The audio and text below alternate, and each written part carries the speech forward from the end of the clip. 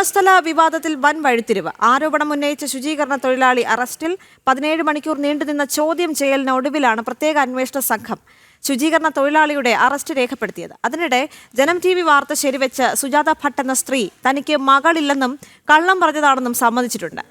മനാഫ് ഉൾപ്പെടുന്ന ആക്ഷൻ കമ്മിറ്റിയിലെ 2 പേരാണ് തന്നെ കള്ളം പറയാൻ പ്രേരിപ്പിച്ചതെന്നും സുജാത ഭട്ട് പറയുന്നു. അരുൺ ആലത്തൂർ ചേരുന്നുണ്ട് കൂടുതൽ വിവരങ്ങളുമായി. അരുൺ, കഴിഞ്ഞ ദിവസം ജനം TV പുറത്തുവിട്ട വാർത്തകൾ സത്യമാണ് എന്ന് പറയുന്ന തരത്തിലേക്കാണ് കാര്യങ്ങൾ വരുന്നത്. കഴിഞ്ഞ ദിവസം തന്നെ സുജാത ഭട്ട് പറഞ്ഞിരുന്നു ഇത്തരമൊരു ആരോപണം ശരിയല്ല, തനിക്ക് അങ്ങനെ ഒരു മകളില്ല എന്ന് തുറന്നു പറഞ്ഞിരുന്നു. അതിന് പിന്നാലെയാണ് ഇപ്പോൾ 17 മണിക്കൂർ നീണ്ടുനിന്ന ചോദ്യം ചെയ്യലിനൊടുവിൽ ഈ ആരോപണം ഉന്നയിച്ച ശുചീകരണ തൊഴിലാളിയെ ഇപ്പോൾ അറസ്റ്റ് ചെയ്തിരിക്കുന്നത്.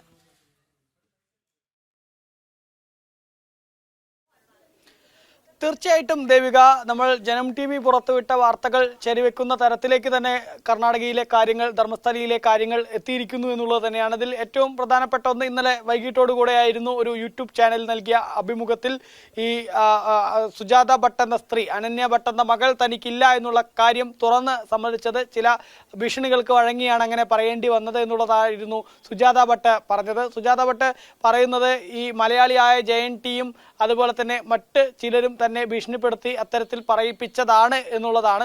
അതിനിടെയാണ് ഇന്നലെ രാവിലെ ഒരു 10 മണി മുതൽ ആരംഭിച്ചതാണ് ഈ ശുചീകരണ തൊഴിലാളി എന്ന കരാറുകാരൻ, ചിന്നയ്യ എന്നാണ് അയാളുടെ പേര്. ആ ചിന്നയ്യയെ ചോദ്യം ചെയ്യുന്നത് ഇന്നലെ രാവിലെ ഒരു 10 മണിക്ക് തുടങ്ങിയതാണ്. ഇന്നലെ രാവിലെ 10 മണിക്ക് തുടങ്ങിയ ചോദ്യം ചെയ്യൽ 17 മണിക്കൂർ നീണ്ടുനിന്നു. 17 മണിക്കൂർ നീണ്ടുനിന്ന ചോദ്യം ചെയ്യലിനൊടുവിലാണ് ഇപ്പോൾ ചിന്നയ്യയുടെ അറസ്റ്റ് പ്രത്യേക അന്വേഷണ സംഘം രേഖപ്പെടുത്തിയിരിക്കുന്നത്. ഒരു പ്രത്യേകത എന്തെന്നാൽ ഈ SIT സംഘം രൂപീകരിച്ചത് മലയാളിയായ മനാഫ് ഉൾപ്പെടുന്ന ആക്ഷൻ കമ്മിറ്റിയിലെ അംഗങ്ങൾ, അവർക്ക് കൂടെ താല്പര്യമുള്ള അല്ലെങ്കിൽ അവർ കൂടി പറഞ്ഞിട്ടുള്ള ഉദ്യോഗസ്ഥരെ ഉൾപ്പെടുത്തിയാണ് ഈ SIT ടീം കോൺഗ്രസ് ഭരിക്കുന്ന കർണാടക സർക്കാർ രൂപീകരിച്ചത്. അതേ ആ SIT ടീം തന്നെയാണ് ഇപ്പോൾ ചിന്നയ്യ എന്ന ഈ വാദിയായ ആളെ, അല്ലെങ്കിൽ വലിയ വെളിപ്പെടുത്തൽ എന്ന തരത്തിൽ 100 കണക്കിന് സ്ത്രീകളെ കുഴിച്ചു മൂടി എന്ന തരത്തിൽ വെളിപ്പെടുത്തലൊക്കെ നടത്തി മാധ്യമങ്ങൾക്ക് മുൻപിൽ മാസ്ക് ഇട്ട് രംഗത്ത് വന്ന ആ വ്യക്തിയെ ഇപ്പോൾ അറസ്റ്റ് ചെയ്തിരിക്കുന്നത്. ഏതായാലും ഇയാളുടെ മുഖമൊന്നും നേരത്തെ കാണിച്ചിട്ടുണ്ടായിരുന്നില്ല. കാരണം നമുക്കറിയാം, കോടതിയിൽ അദ്ദേഹം നൽകിയ ആ ഒരു സ്റ്റേറ്റ്മെൻറ്റ്, ആ സ്റ്റേറ്റ്മെൻറ്റിൽ വിറ്റ്നസ് പ്രൊട്ടക്ഷൻ ആക്ട് മറ്റും പ്രകാരം അദ്ദേഹത്തിൻ്റെ മുഖം മാധ്യമങ്ങൾക്ക് ഉൾപ്പെടെ വെളിപ്പെടുത്താൻ കഴിയില്ലായിരുന്നു. പക്ഷെ ഇപ്പോഴേതായാലും ആ മുഖംമൂടി ധരിച്ച് കള്ളങ്ങളുമായി എത്തിയ വ്യക്തിയെ മാധ്യമങ്ങൾക്ക് ഉൾപ്പെടെ പൊതുസമൂഹത്തിന് മുന്നിൽ തുറന്നു കാണിക്കാൻ കഴിയുന്ന സ്ഥിതിയിലേക്ക് കാര്യങ്ങൾ എത്തിയിരിക്കുന്നു. കാരണം ഈ മുഖംമൂടി ധരിച്ചെത്തിയ ശുചീകരണ തൊഴിലാളി എന്ന മുൻ കരാറുകാരൻ പറഞ്ഞതെല്ലാം കളവാണ് എന്നുള്ളത് തന്നെയാണ്. ഏതായാലും ധർമ്മസ്ഥലയിലെത്തി നമ്മൾ നടത്തിയ അന്വേഷണങ്ങൾ, ആ അന്വേഷണങ്ങളിൽ നമ്മൾ ആദ്യം കണ്ടെത്തിയ ഒരു കാര്യം എന്നുള്ളത് അനന്യ ഭട്ട് എന്ന സ്ത്രീയെ ഇല്ല, ഈ സുജാത ഭട്ടിന് ഒരു മകളെ ഇല്ല എന്നുള്ളതായിരുന്നു. അതേതായാലും കേരളത്തിൽ മറ്റൊരു മാധ്യമവും ആ വിഷയം റിപ്പോർട്ട് ചെയ്തിട്ടില്ല. നമ്മൾ ജനം TV മാത്രമാണ് ആ വാർത്ത റിപ്പോർട്ട് ചെയ്തത് എന്നുള്ളതും ശ്രദ്ധേയമാണ്. ഏതായാലും നമ്മളുടെ ആ കണ്ടെത്തൽ ശരിയായി തീർന്നിരിക്കുന്നു എന്നുള്ളതാണ് ഒരു കാര്യം. രണ്ടാമത്തെ കാര്യം, ഈ 17 ഇടങ്ങളിൽ കുഴിച്ചു നോക്കി അവിടെ നിന്ന് ഒരു അസ്ഥി കഷ്ണവും ലഭിച്ചില്ല, ഒരു സ്ത്രീയുടെ അസ്ഥി കഷ്ണവും ലഭിച്ചില്ല എന്നുള്ളതാണ്. നമ്മൾ ഈ 17 ഈ ഭാഗങ്ങളിലേക്ക് കടന്നു ചെന്ന് അവിടെ 32 അടിയോളം ആഴത്തിൽ SIT ടീം കുഴിച്ചതും മറ്റുമൊക്കെ നമ്മൾ പരിശോധിക്കുകയുണ്ടായി. അതിനുശേഷം നമ്മൾ അത് റിപ്പോർട്ട് ചെയ്ത വാർത്തയും അതുതന്നെയായിരുന്നു. ഇതിൽ വലിയ ദുരൂഹതയുണ്ട്. ഈ വിഷയത്തിൽ ഒന്നും കണ്ടെത്താൻ SIT ടീമിന് കഴിഞ്ഞിട്ടില്ല. മുഖംമൂടി അണിഞ്ഞെത്തിയ വ്യക്തി പറയുന്നത് മുഴുവൻ പച്ചക്കള്ളമാണ് എന്നുള്ളത് നമ്മൾ അന്ന് റിപ്പോർട്ട് ചെയ്തിരുന്നു. അതും ഏതായാലും ഇപ്പോൾ ശരിവെക്കുന്ന തരത്തിലാണ് SITയുടെ കണ്ടെത്തലുണ്ടായിരിക്കുന്നത്. SIT ഈ മുഖംമൂടി ധരിച്ചെത്തിയ ചിന്നയ്യയുടെ അറസ്റ്റ് രേഖപ്പെടുത്തിയിരിക്കുന്നത്. ഇനി ഇതിൽ മൂന്നാമതായിട്ട് നമുക്ക് അറിയേണ്ടതായിട്ടുള്ള കാര്യം എന്നുള്ളത് ഇതിലെ ഗൂഢാലോചന ആരുടെയാണ് എന്നുള്ളതാണ്. കാരണം ഈ ധർമ്മസ്ഥല മഞ്ജുനാഥ സ്വാമി ക്ഷേത്രം എന്നുള്ളത് കർണാടകയിലെ പ്രശസ്തമായ ക്ഷേത്രമാണ്. നമ്മൾ ഉടുപ്പിയും അതുപോലെ തന്നെ മൂകാംബികയും ഒക്കെ പോലെ വളരെ പ്രധാനപ്പെട്ട ക്ഷേത്രമാണ് ഈ ധർമ്മസ്ഥലയും അവിടുത്തെ മഞ്ജുനാഥ സ്വാമി ക്ഷേത്രവും. ആ ധർമ്മസ്ഥലയും മഞ്ജുനാഥ സ്വാമി ക്ഷേത്രത്തെയും തകർക്കുന്നതിന് വേണ്ടിയുള്ള ഗൂഢാലോചന ആരുടെ ആയിരുന്നു, ഇതിന് പിന്നിൽ ആരായിരുന്നു എന്നുള്ളതാണ് ഇനി അറിയേണ്ടതായിട്ടുള്ളത്.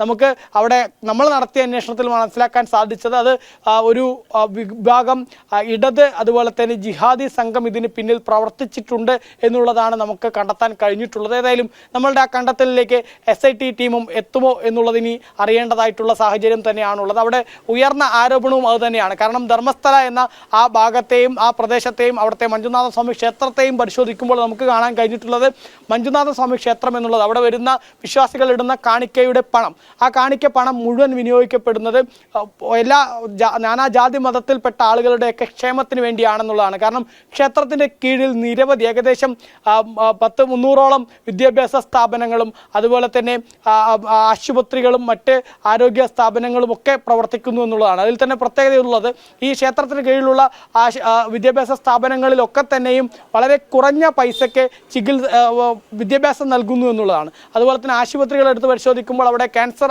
ആശുപത്രികളിൽ ഉൾപ്പെടെ സൗജന്യമായിട്ടാണ് ചികിത്സ നൽകുന്നത്. ഡയാലിസിസ് ഉൾപ്പെടെയുള്ള കാര്യങ്ങൾ സൗജന്യമായിട്ടാണ് നൽകുന്നത്.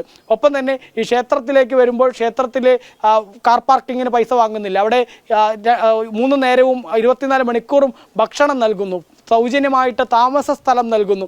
അതോടൊപ്പം തന്നെ വനവാസി മേഖലകളിൽ ഉൾപ്പെടെ അവരുടെ വനവാസി ജനങ്ങളുടെ ക്ഷേമത്തിന് വേണ്ടി ക്ഷേത്രം വലിയ രീതിയിലുള്ള പ്രവർത്തനങ്ങൾ നടത്തുന്നു. കർണാടകയിലെ വിദൂര ഗ്രാമങ്ങളിൽ പോലും ഈ സർക്കാർ സ്കൂളുകളിൽ അധ്യാപകരില്ലാത്ത നിരവധി സ്കൂളുണ്ട്. അവിടേക്കൊക്കെ അധ്യാപകരെ ഈ ക്ഷേത്രത്തിലെ കീഴിലുള്ള വിദ്യാഭ്യാസ സ്ഥാപനങ്ങളിൽ നിന്നുള്ള അധ്യാപകരെ അവിടെ കുട്ടികളെ പഠിപ്പിക്കാൻ വേണ്ടി അയക്കുന്നു. അങ്ങനെ ഒരു ഹൈന്ദവ ക്ഷേത്രം അത് രാജ്യത്തിന് തന്നെ വലിയ മാതൃകയാണ് ധർമ്മസ്ഥല എന്നുള്ളതാണ് നമ്മൾ അവിടെ നേരിട്ട് പോയപ്പോൾ നമുക്ക് മനസ്സിലായ കാര്യം. കാരണം അത്രയേറെ പ്രവർത്തനങ്ങളാണ്. അതായത് ക്ഷേത്രത്തിലേക്ക് വരുന്ന കാണിക്കപ്പണം അതിപ്പോൾ കേരളത്തിൽ ദേവസ്വം ബോർഡുകൾ എങ്ങനെ വിനിയോഗിക്കുന്നു എന്നുള്ളത് നമുക്കൊക്കെ അറിയാവുന്നതാണ്. എല്ലാ കാലത്തും അത് വലിയ വിമർശനങ്ങൾക്ക് വഴിവെച്ചിട്ടുള്ള ഒരു കാര്യവുമാണ് എന്നുള്ളതാണ്. അത്തരത്തിലുള്ള വിമർശനങ്ങൾക്ക് നമ്മുടെ നാട്ടിലെ ക്ഷേത്രത്തിലെ വരുമാനങ്ങൾ തെറ്റായ രീതിയിൽ വിനിയോഗിക്കുന്നു, വകമാറ്റി വിനിയോഗിക്കുന്നു എന്നുള്ളപ്പോഴാണ് ഈ ധർമ്മസ്ഥലയിൽ അവിടുത്തെ വിശ്വാസികൾ ഇടുന്ന കാണിക്കയായിട്ട് നൽകുന്ന പണം അത് കൃത്യമായി സമൂഹത്തിലെ എല്ലാ നാനാജാതി മതസ്ഥരുടെയും ക്ഷേമത്തിന് വേണ്ടി ഉപയോഗിക്കുന്നു എന്നുള്ളത്. ഏതായാലും അത് വലിയ രീതിയിൽ അവിടെ ഒരു വിഭാഗം ആളുകളെ ചൊടിപ്പിച്ചിട്ടുണ്ട് എന്നുള്ളതാണ് നമുക്ക് ഒന്ന് മനസ്സിലാക്കാൻ സാധിച്ചത്. രണ്ടാമത്തെ കാര്യമായിട്ടുള്ളത് മതപരിവർത്തന ലോബി.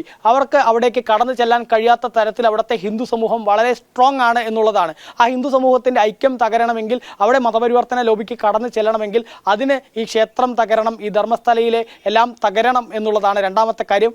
മൂന്നാമതായിട്ടുള്ള അവിടുത്തെ മറ്റൊരു കാര്യം എന്നുള്ളത് ഈ ക്ഷേത്രം സ്ഥിതി ചെയ്യുന്ന പ്രദേശം, ആ ധർമ്മസ്ഥല എന്നുള്ള ആ നാടിനെ സംബന്ധിച്ചിടത്തോളം അവിടെ എല്ലാവരും വലിയ ഒത്തൊരുമയോടെ കഴിയുന്നു. ഒപ്പം ചില പുറത്തു നിന്നുള്ള ആളുകൾ അവിടെ വന്ന് പ്രശ്നങ്ങൾ സൃഷ്ടിക്കാൻ ശ്രമിച്ചപ്പോൾ അവിടെ ഒരു നിയമം കൊണ്ടുവന്നു. വ്യാപാര സ്ഥാപനങ്ങളും മറ്റുമൊക്കെ നടത്താൻ ഹിന്ദുക്കൾ മാത്രമേ അവിടെ വ്യാപാര സ്ഥാപനങ്ങൾ നടത്താവൂ എന്നുള്ളൊരു നിയമം അവർ 2 വർഷം മുൻപ് കൊണ്ടുവന്നു.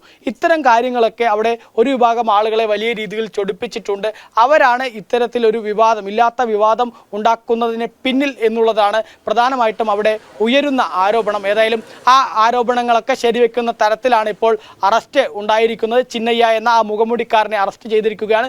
ഇനി ഇതിൽ വെളിവാവേണ്ടത് ഇതിൽ ആരൊക്കെ ഉണ്ട് എന്നുള്ളതാണ്. ഒരുപാട് ആളുകളുടെ പേര് പറയുന്നുണ്ട്. മലയാളിയായ മനാഫ്, അതുപോലെ തന്നെ ജയൻ ടി, അതുപോലെ തന്നെ ഗിരീഷ് മട്ടണ്ണ, ഒപ്പം തന്നെ ഈ വിഷയത്തിൽ നിരവധി ആളുകളുടെ പേരുകൾ ഗൂഢാലോചനയുടെ ഭാഗമായി ഇതിൽ ഒരുപാട് ആളുകൾ പങ്കെടുത്തിട്ടുണ്ട് എന്നുള്ളതാണ് പുറത്തു വരുന്ന വിവരം. അതുകൊണ്ട് തന്നെ വരും ദിവസങ്ങളിൽ ആരുടെയൊക്കെ അറസ്റ്റ് ഉണ്ടാവും എന്നുള്ളത് കാത്തിരുന്ന് കാണേണ്ട സ്ഥിതി തന്നെയാണ്. ഒപ്പം ഈ സുജാത ഭട്ടിൻ്റെ അറസ്റ്റ് ഉടൻ ഉണ്ടാവാനുള്ള സാധ്യതയും തള്ളിക്കളയാൻ കഴിയില്ല. കാരണം സുജാത ഭട്ടിനെ ചോദ്യം ചെയ്യുന്നതിന് വേണ്ടി SIT ടീം വിളിപ്പിച്ചിരുന്നു. പക്ഷേ തൻ്റെ ആരോഗ്യ പ്രശ്നങ്ങൾ കാരണം ചോദ്യം ചെയ്യലിന് ഇന്നിപ്പോൾ ഹാജരാവാൻ കഴിയില്ല, മറ്റൊരു ദിവസം അനുവദിച്ച് നൽകണമെന്നൊക്കെയാണ് സുജാത ഭട്ട് പറഞ്ഞിരിക്കുന്നത്. ഏതായാലും സുജാത ഭട്ട് ഉൾപ്പെടെയുള്ള ഒപ്പം മലയാളികളായ ആളുകളുടെ ഉൾപ്പെടെ അറസ്റ്റൊക്കെ ഈ വിഷയത്തിൽ ഉണ്ടാവാനുള്ള സാധ്യതയുണ്ട്. ഒപ്പം ഒരു യൂട്യൂബ് ചാനലുകൾ ഈ വിഷയത്തിൽ ഏറ്റവും അധികം തെറ്റായ വാർത്തകൾ നൽകിയിട്ടുള്ളത് ഒരു വിഭാഗം മലയാള മാധ്യമങ്ങളും യൂട്യൂബ് ചാനലുകളുമാണ്. അതിൽ സമീർ MD എന്നുള്ളൊരു യൂട്യൂബ് ചാനലിലാണ് വലിയ രീതിയിൽ AI ഒക്കെ ഉപയോഗിച്ചുകൊണ്ട് ക്ഷേത്രത്തിനെതിരെ കൊണ്ടുപിടിച്ച തെറ്റായ പ്രചാരണങ്ങൾ നടത്തിയത്. അതുകൊണ്ട് തന്നെ അവരൊക്കെ ഈ ഗൂഢാലോചനയുടെ ഭാഗമാണ് എന്നുള്ള ആരോപണം ഉയരുന്നുണ്ട്. അത്തരത്തിൽ ഈ സമീർ MD ഉൾപ്പെടെയുള്ള, അതുപോലെ തന്നെ മലയാളിയായ മനാഫും അതുപോലെ തന്നെ മറ്റ് ആളുകളുടെയൊക്കെ അറസ്റ്റിലേക്ക് ഇനി കാര്യങ്ങൾ എത്തുമോ എന്നുള്ളത് നോക്കിക്കാണേണ്ട സാഹചര്യമാണ് ഉള്ളത്. നിലവിൽ ഏതായാലും ഈ സംഭവവുമായി ബന്ധപ്പെട്ട ധർമ്മസ്ഥലയിലെ വിവാദങ്ങളുമായി ബന്ധപ്പെട്ട് വലിയ ട്വിസ്റ്റാണ് ഉണ്ടായിരിക്കുന്നത്, വലിയ വഴിത്തിരിവാണ് ഉണ്ടായിരിക്കുന്നത്. ഈ മുഖംമൂടി അണിഞ്ഞ വ്യക്തിയെ അറസ്റ്റ് ചെയ്തിരിക്കുന്നു. മുഖംമൂടി അണിഞ്ഞ ആ വ്യക്തിയുടെ പേരാണ് ചിന്നയ്യ എന്നുള്ളതാണ്. ഈ ചിന്നയ്യയെ ബന്ധപ്പെട്ട് ധർമ്മസ്ഥലയിൽ നമ്മൾ നടത്തിയ അന്വേഷണത്തിൽ നേരത്തെ തന്നെ തെളിഞ്ഞിരുന്ന കാര്യം, ഈ ചിന്നയ്യ ധർമ്മസ്ഥലയിൽ ശുചീകരണ തൊഴിലാളിയല്ല, ഒരു കരാറുകാരനായിരുന്നു.